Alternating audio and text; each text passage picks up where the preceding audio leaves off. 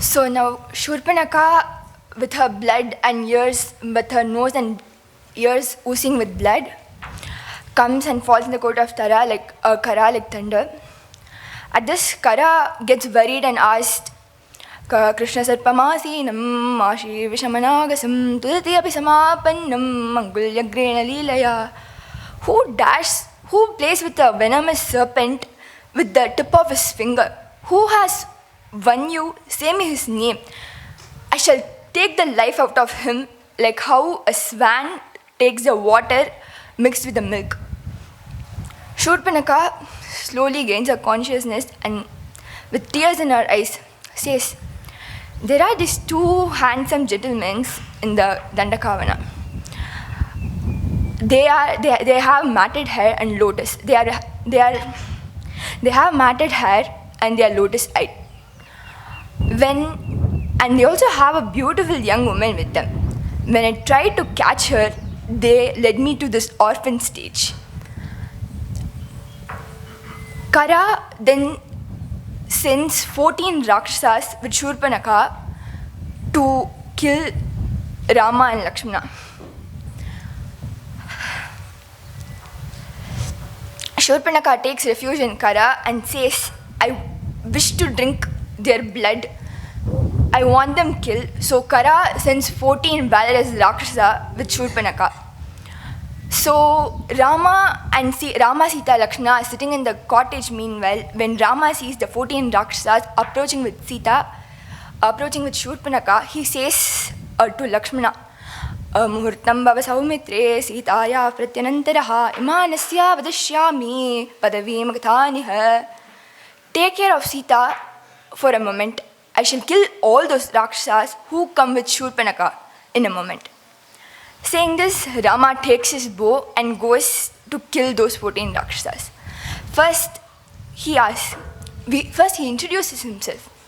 We are Rama and Lakshmana, the son of Dasharatha.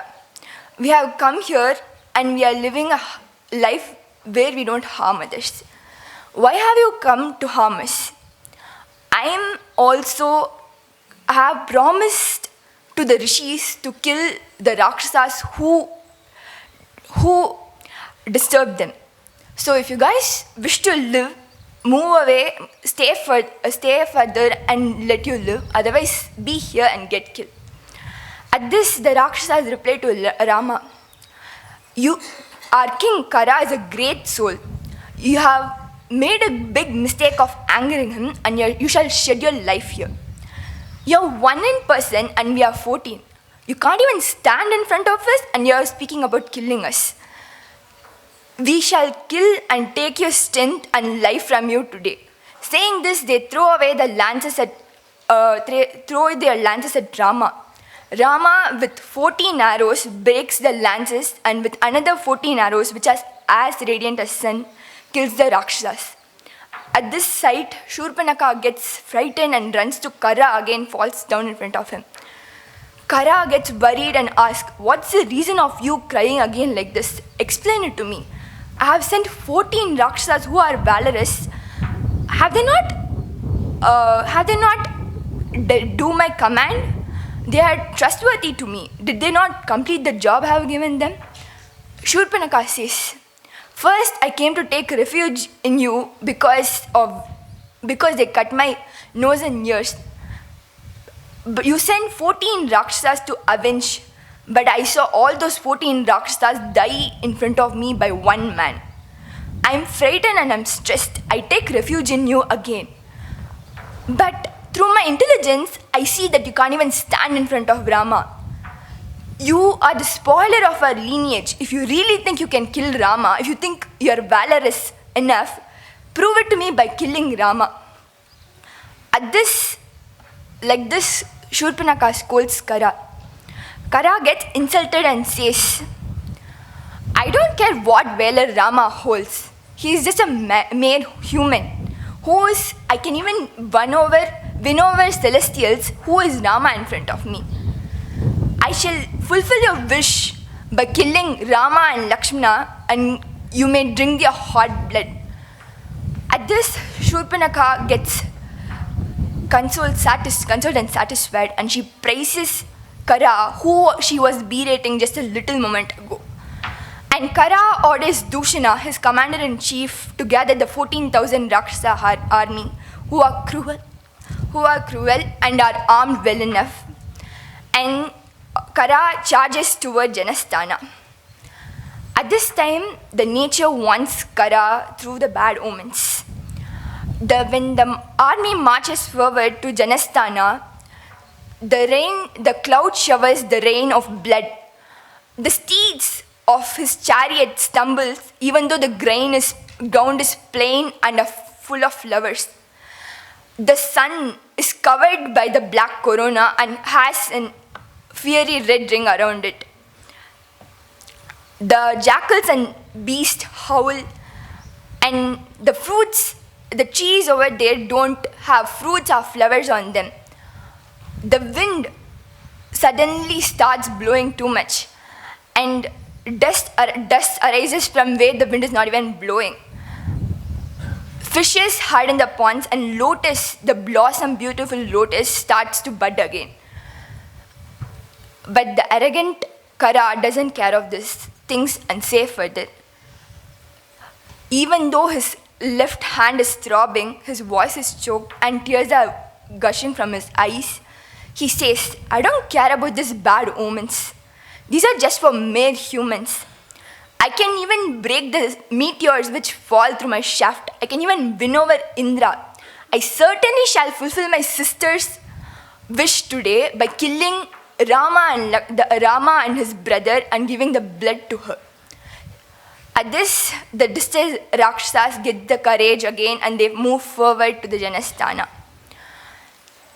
The rishis over there await the impending war which is going to happen. They wish welfare. Swasti go brahmane bhyostu lokana me visangataha Jayatam Raghavo Yuddhe Paulastyan Rajnitharan. May the cows and the priest be well.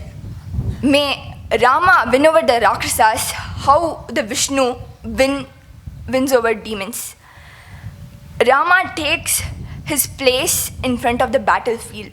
Seeing his luminous form, the beasts tremble, and in front of him, the 14,000 Rakshasas take their place. And the war starts. The Rakshasas start showering their weapons on Rama like how the cloud showers the rain. But Rama just accepts all those.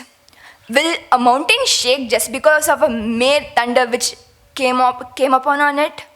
Rama stands and takes all those weapons calmly. He stands there, blood gushing out of his body like a radiant sun.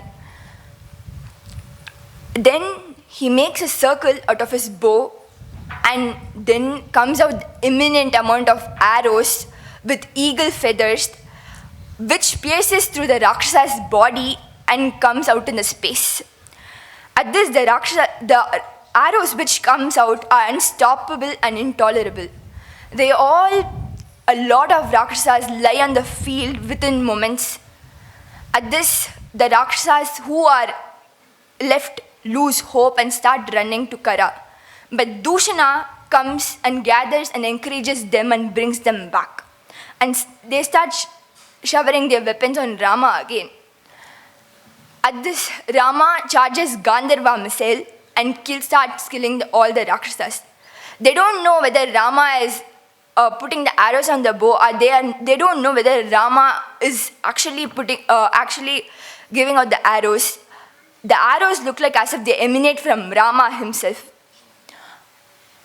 Dushana gets scared seeing his soldiers go down, commands 5,000 Rakshasas and starts fighting with Rama. Rama puts thousands and thousands of arrows on those commands. At this, meanwhile, Dushana also charges thunder-like arrows on Rama. Rama, enraged, takes one bow which resembles crescent and breaks the bow of Dushana. And with he takes 4 more sharp bows and kills the steeds of Dushana's chariot. With one more crescent bow, he kills the charioteer of Dushana's chariot. And Dushana is left chariotless, charioteerless, and steedsless. And he is also being pierced by 3 sharp arrows on his chest. He takes his mace and starts running toward Rama. When Rama takes 2 more arrows and cut off his 2 other hands, he falls in the ground like how a flag falls. At this, 4 chiefs, among the 4 chiefs who came with him, those three chiefs who are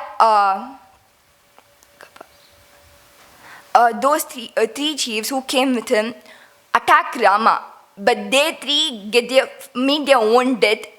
One by getting arrows pierced on his head, and one being continuously pierced by Rama's arrow, and third by getting arrows pierced on his eyes.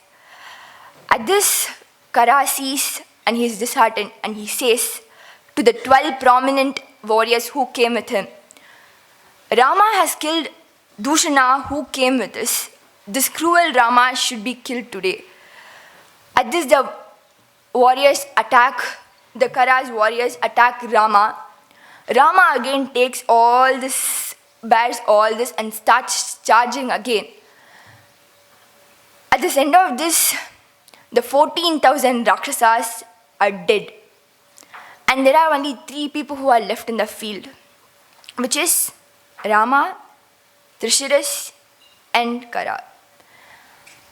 Trisiras, when at this, Khara is disheartened and he rushes to wage war with Rama. But Trisiras comes and stops Khara, saying, You don't need to wage war now. I shall kill Rama. You can see and watch the war which happens. Today, either I'll be the death of him or he will be the death of me. I shall kill Rama and you can continue. I shall kill Rama and you can continue to be the king of Janasthana, or you shall kill Rama after I die. So Khara gets happy because Trishira is taking initiative to die, and no one does that. So he's happy that someone is saving him. So he commands Trisiras to go wage war with Rama. The war between Rama and Trisiras are like the war between the most powerful animals of forest fighting, like how elephant and lion fights. After some amount of time, Trisiras charges 3 arrows at Rama's forehead. At this, Rama charges 14 arrows to his chest, 4 to his teeth, and 8 to his charioteer. And Trisiras is also left charioteerless, and he stands at the ground. He wonders how Rama is waging the war. While he was taking his time how Rama is waging the war, Rama sent 3 more arrows which pierced the head of Trisiras, and Trisiras fell in the ground.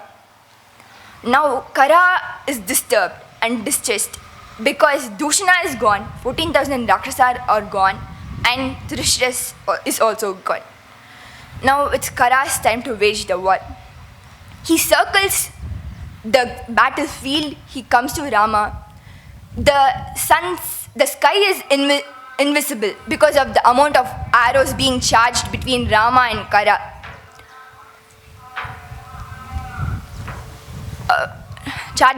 The sunlight gets diminished as they wage war. Khara charges thousands and thousands of arrows on Rama. Rama takes it patiently, and at one point of time, when Khara keeps charging, Rama takes 1 arrow and cuts down Khara's flag.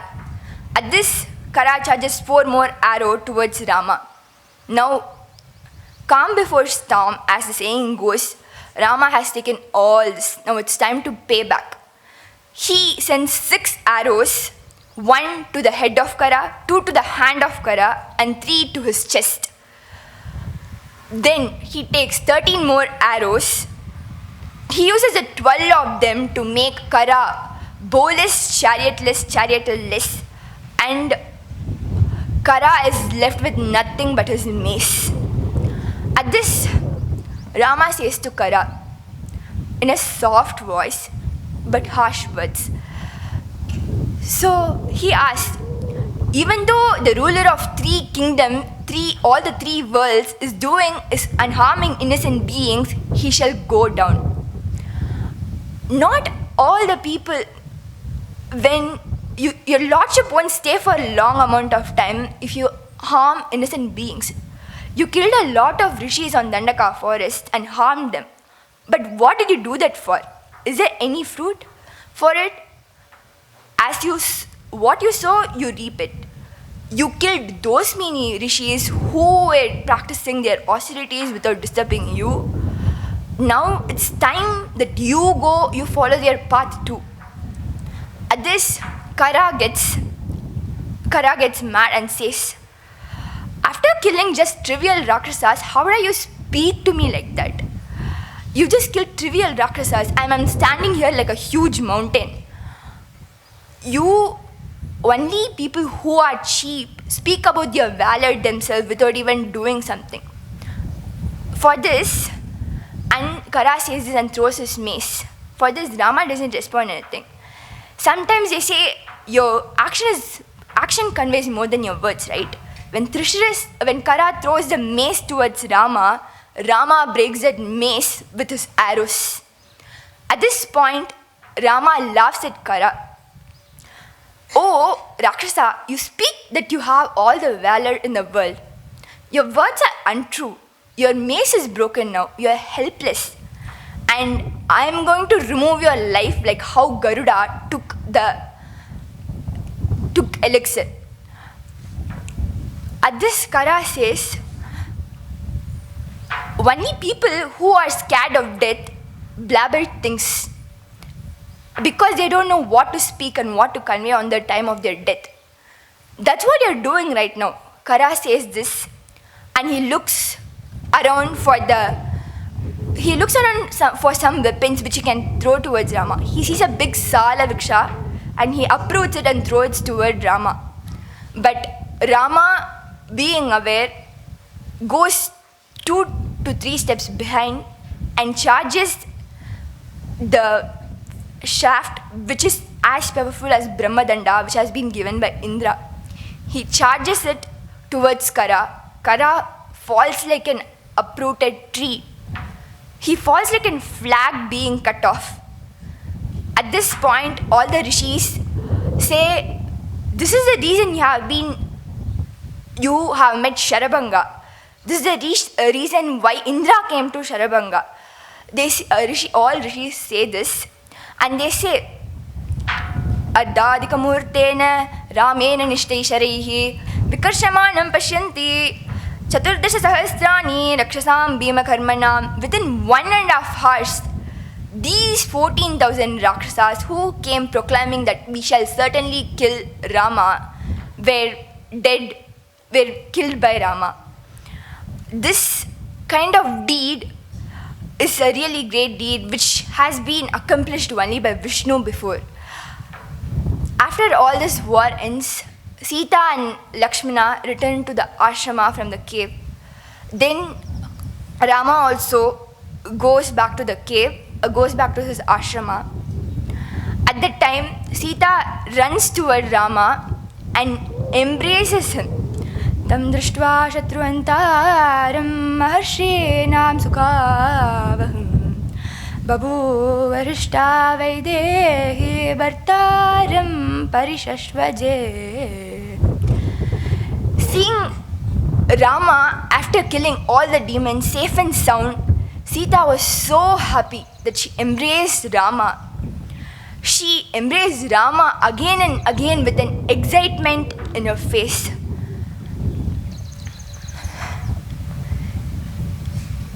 Irudiyai maitili urudiyai tarve kurudika marundai vilanginala. After all those injuries Rama got during waging the war, when Sita came and hugged him, it was as if she was giving ailments for Rama and curing all those injuries he got. Sitaram.